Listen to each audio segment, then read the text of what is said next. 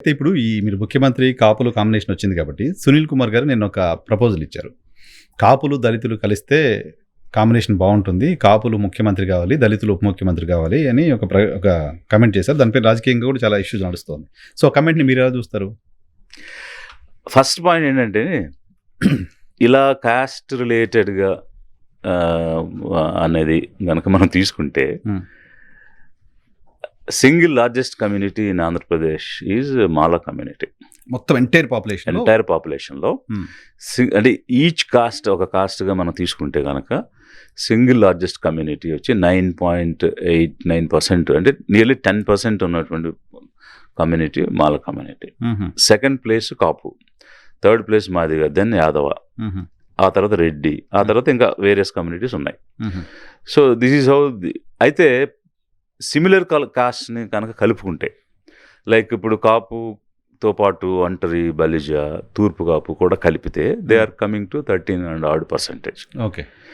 So ఆ విధంగా మేమంతా కాపులమే, మేమంతా ఒకటే కమ్యూనిటీ అని వాళ్ళు క్లెయిమ్ చేస్తూ, సో దే ఆర్ పోజింగ్. అంటే రియాలిటీలో బిలో 14% ఉన్నారు, బట్ పబ్లిక్గా మేము 19 ఉన్నాం, 20 ఉన్నాం అని చెప్తున్నారు. It's not true.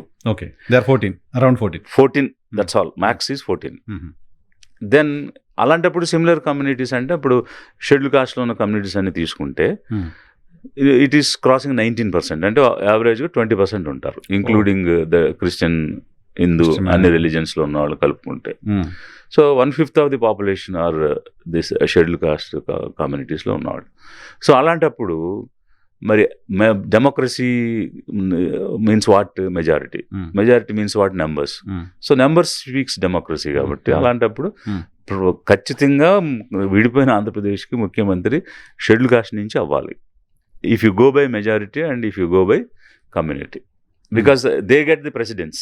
ఫస్ట్ అవకాశం వాళ్ళకి రావాలి. As for democracy, as for numbers మొదటి అవకాశం రావాలి. అప్పుడు ఎస్సీస్ నుంచి ముఖ్యమంత్రి అయితే కాపుల నుంచి ఉప ముఖ్యమంత్రి రావడం అనేది సమంజసం. ముఖ్యమంత్రినా ఇంకా వాళ్ళు ముఖ్యమంత్రి దాకా రావచ్చు. అంటే మీరు ఈ కాంబినేషన్ వెళ్ళినప్పుడు సునీల్ గారి కాంబినేషన్, మరి ఆయన ఎందుకు మాట్లాడుతారు? అది is not a political party, అదే అంటే ఒకవేళ ఆ డైమెన్షన్స్ లో కనుక మనం చూస్తే అది జరగాలి.